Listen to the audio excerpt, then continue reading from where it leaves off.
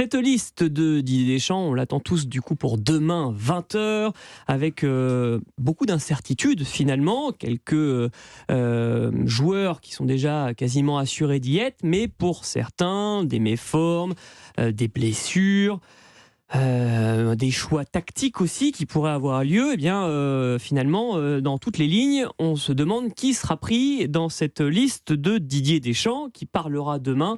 D'abord aux 20h de TF1, puis il y aura une conférence de presse que vous pourrez vivre d'ailleurs sur Europe 1, évidemment. Qu'est-ce que vous attendez finalement de cette liste de Didier Deschamps, et qu'est-ce que vous attendez surtout de l'intervention de Didier Deschamps demain, Claire Arnoux? Déjà qu'il nous donne une liste fixe et qu'il n'hésite plus entre les joueurs qu'il souhaite prendre, et pas une liste élargie non plus. Pas 26? Non, franchement. On reste à 23? Oui. Ouais. Moi j'en ai un petit peu marre. Je pense qu'on a envie de connaître cette liste. Ça y est, on est à une dizaine de jours du début du mondial. En fait, je pense qu'on a envie de savoir en tant que fan. Les joueurs aussi ont besoin de savoir s'ils seront pris ou pas. Et puis je me mets toujours à la place de imaginons qu'il en prenne 26 et puis finalement il y en a 3 qui sont laissés sur le carreau dans 3 jours. Vous imaginez psychologiquement en fait ce que c'est? Non, je trouve ça affreux pour ces gens-là. Donc j'ai très envie que Didier Deschamps en fait tranche, fasse sa liste, regarde les joueurs sur lesquels il peut compter. S'il y a des joueurs sur lesquels il ne peut pas compter, malheureusement on ne les prend pas. Je suis très triste pour Mac Maignan, que j'attendais vraiment au poste de numéro 2, à la Coupe du Monde. J'ai l'impression que c'est quasi cuit pour lui. Si là il est blessé, tournons-nous et fixons-nous sur les 2 autres gardiens que Didier Deschamps souhaite prendre. Et après, pareil pour chaque poste. On sait qu'il n'y a pas de Pogba, il n'y a pas Kanté, il y a des incertitudes à certains postes. Il y a d'autres choses qui sont sûres. Fixons-nous sur les joueurs sûrs, que eux, dans leur tête, ils se mettent déjà à 10 jours du début dans cette ambiance de Coupe du Monde, dans cette ambiance de compétition, quoi.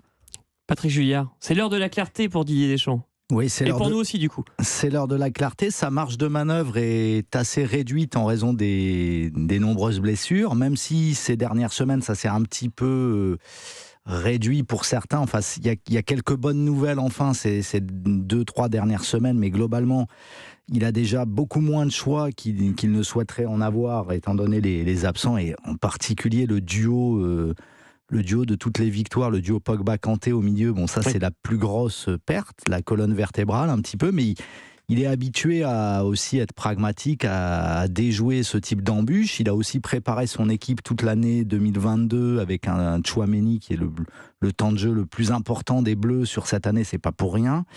Il a aussi mis en place un système à 3 défenseurs afin de mettre les 3 vedettes offensives dans leur meilleure disposition. Tout ça va être mis en musique. Je pense qu'on aura 6 attaquants, c'est-à-dire les 3, Griezmann, Mbappé, Benzema, et leurs 3 possibles doublures. Vous n'êtes pas inquiet par l'attitude du Real et par évidemment ce retour repoussé sans cesse de Karim Benzema à l'entraînement et dans les matchs? Non, je pense que vu la nature de la blessure, ça m'inquiète pas plus que ça. C'est-à-dire que c'est juste une question de délai, mais il n'a pas quelque chose de grave, il n'a pas une blessure à rechute. Au contraire, par exemple, d'un Kimpembe qui me semble beaucoup plus inquiétant quant à sa présence au tendon d'Achille sur la liste finale. Je pense que Benzema, au contraire, il en a profité pour un peu refaire un peu de fraîcheur en cette période un peu de mi-saison, enfin de premier tiers de saison. Donc, globalement, je pense que Deschamps est prêt à ça. En revanche, on ne doit pas s'attendre, à mon avis, il y a déjà pas mal d'incertitudes en raison des absences de ces cadres dont Pogba et Kanté. Je ne pense pas qu'on doive s'attendre à des surprises énormes de type Mvila en 2010, de type Chimbonda en 2006. À mon avis, ou même le regretté Philippe Mahut en 1982 pour aller plus dans les temps anciens. Vous savez que Didier Deschamps a déjà pris des joueurs pour la première fois. On a souvent entendu que Didier Deschamps était souvent un homme pragmatique, qu'il ne s'appuyait que sur des hommes qu'il avait déjà pu tester auparavant. Mais 2014, la Coupe du Monde, Schneiderlin et Kabela font leur apparition au moment de... Kabila, c'est en RD Congo, c'est voilà, pas pareil.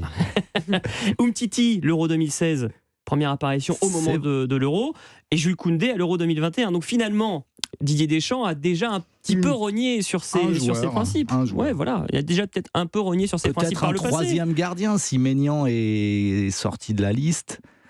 C'est peut-être le retour de Mandanda aussi. Peut-être le retour de Mandanda, ou peut-être Ilan Meslier, le gardien de Leeds United, qui sait. Pourquoi pas un coup